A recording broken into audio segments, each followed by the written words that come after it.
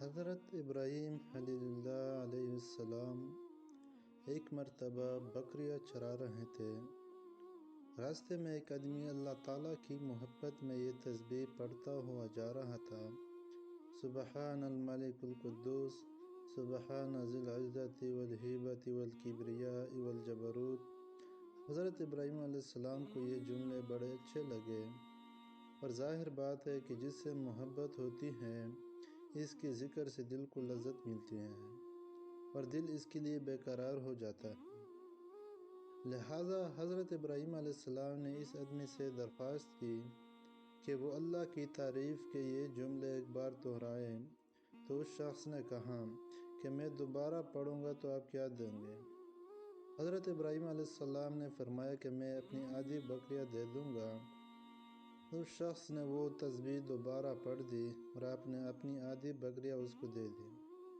مگر جب آپ نے ان جملوں کو سنا تو محبت خداوندی سے اور زیادہ بے قرار ہو گئے اور اس سے ایک بار پھر پڑھنے کی درخواست کی۔ تو اس شخص نے پوچھا کہ اب کہ پڑھوں گا تو کیا دو گے؟ حضرت ابراہیم علیہ السلام نے فرمایا کہ باقی آدھی بکریاں بھی دے دوں گا۔ تو اس نے پھر ان جملوں کو پڑھ دیا اور آپ نے باقی بکریاں بھی اس کو دے دی، مگر ابراہیم علیہ السلام کی پیاس نہیں بجھی۔ آپ نے اس سے پھر پڑھنے کے لیے فرمایا تو اس شخص نے کہا کہ اب تو آپ کی ساری بکریاں بھی ختم ہو گئی، اب پڑھوں گا تو کیا دو گے؟ حضرت ابراہیم علیہ السلام نے فرمایا کہ جی ہاں، بکریاں تو ختم ہو گئی اور کوئی چیز میرے پاس دینے کو نہیں، مگر خود میری ذات تو موجود ہے اور آپ کو بھی کوئی بکری چرانے والا چاہیے، اس لیے ایک بار اور پڑھ دیجئے اور اس کے بدلے میں آپ کا غلام بن جاؤں گا اور آپ مجھ سے ان بکریوں کو چرانے کا کام لیں۔ اللہ اکبر!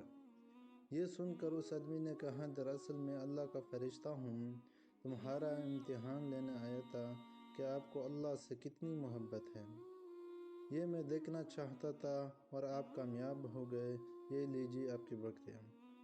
اللہ اکبر! کیا عجیب محبت تھی، کیسا عشق تھا کہ ایک بار اللہ کا نام لینے اور اس کی تسبیح بیان کرنے پر پہلے تو ساری بکریاں دے دی، پھر خود اپنی ذات کو غلامی کے لیے پیش کر دیا۔